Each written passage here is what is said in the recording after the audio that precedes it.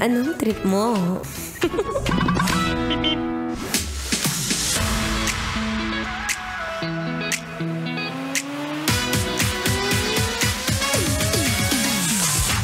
Shout out! Shout out sa'yo na wala ka nang ginawa kundi chumismis. Pwede bang mind your own business? Well, sige fine, sige fine. Kung sa tingin mo kumikita ka dyan, go ahead. Diyos ko, baka pwede pang pautang sa'yo.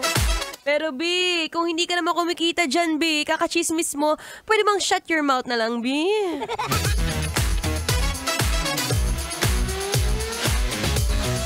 Anyway, nagbabalik ang inyong kadaldalan, daldalerang atleta na hindi mahilig chumismis. Apa.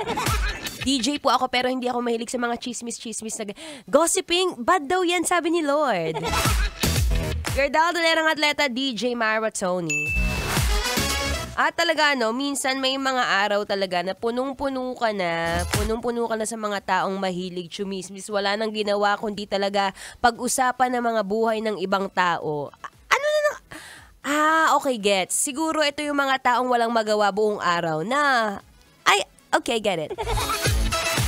Pero kung ikaw, alam mo sa sarili mo na, oo nga Maratoni, tama ka. Mabuti sana kung etong pagchichismis ko nagagamit ko sa live selling. At least doon kumikita pa ako. Pero eto, yung mga tipo ng araw kung saan never ka namang kumita sa chismis mo. Ay naku, B, mag-isip-isip ka na. Kaya naman, kabisyo, gusto kitang tanungin. Ano ang mas trip mo? Mas trip mong chumismis o mas trip mo ng inner peace? Ma-share ko lang Siyempre, nasa mundo tayo ng radyo kung saan kaliwat kanan ng mga pinag-uusapan. Kaya lalo na dyan sa trabaho mo, kung meron ka bang mga oras na feeling mo pinagchichismisan ka, baka ibig sabihin yan, there's something within you that they don't have. Meron kasing ganun, di ba? Minsan pinagchichismisan ka ng tao kasi merong iba, inggit sa'yo. Meron namang iba, naiinis sa'yo. Meron naman iba, wala lang kasi ang ganda-ganda mo raw. O kaya naman ang gwapo-gwapo mo. Minsan pag dumadaan ka, agaw pansin ka kasi B. Kaya yan, pinagchichismisan ka tuloy. Pero kung ako ang tatanungin nyo, syempre, wala tayong oras para chumismis. Kaya ikaw dapat isipin mo bago ka chumismis. Nabubulol na naman ako, Marathon Pagkakakitaan mo ba yan? O it's just a waste of time? Hindi napipigilan. Sige.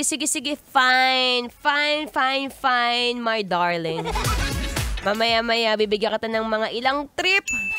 Ilang trip kung saan mas pipiliin mong magkaroon ng inner peace at mas pipiliin mong mag-mind your own business. Habang naghihintay ka dyan, tama na, wag mo na siyang pag-usapan. Yan ka na naman. Sisiraan mo na naman. Ito na lang, Ito maganda tong kantang to. Favorite ko to Here's another song brought to you by... Ay, tamang-tama sa mga mahilig red flag dyan. Ito na, here's another song brought to you by The Vowels They Orbit. Entitled Celos. For now, makinig muna ng Feel Good Music.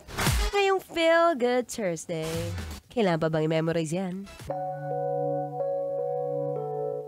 Basic.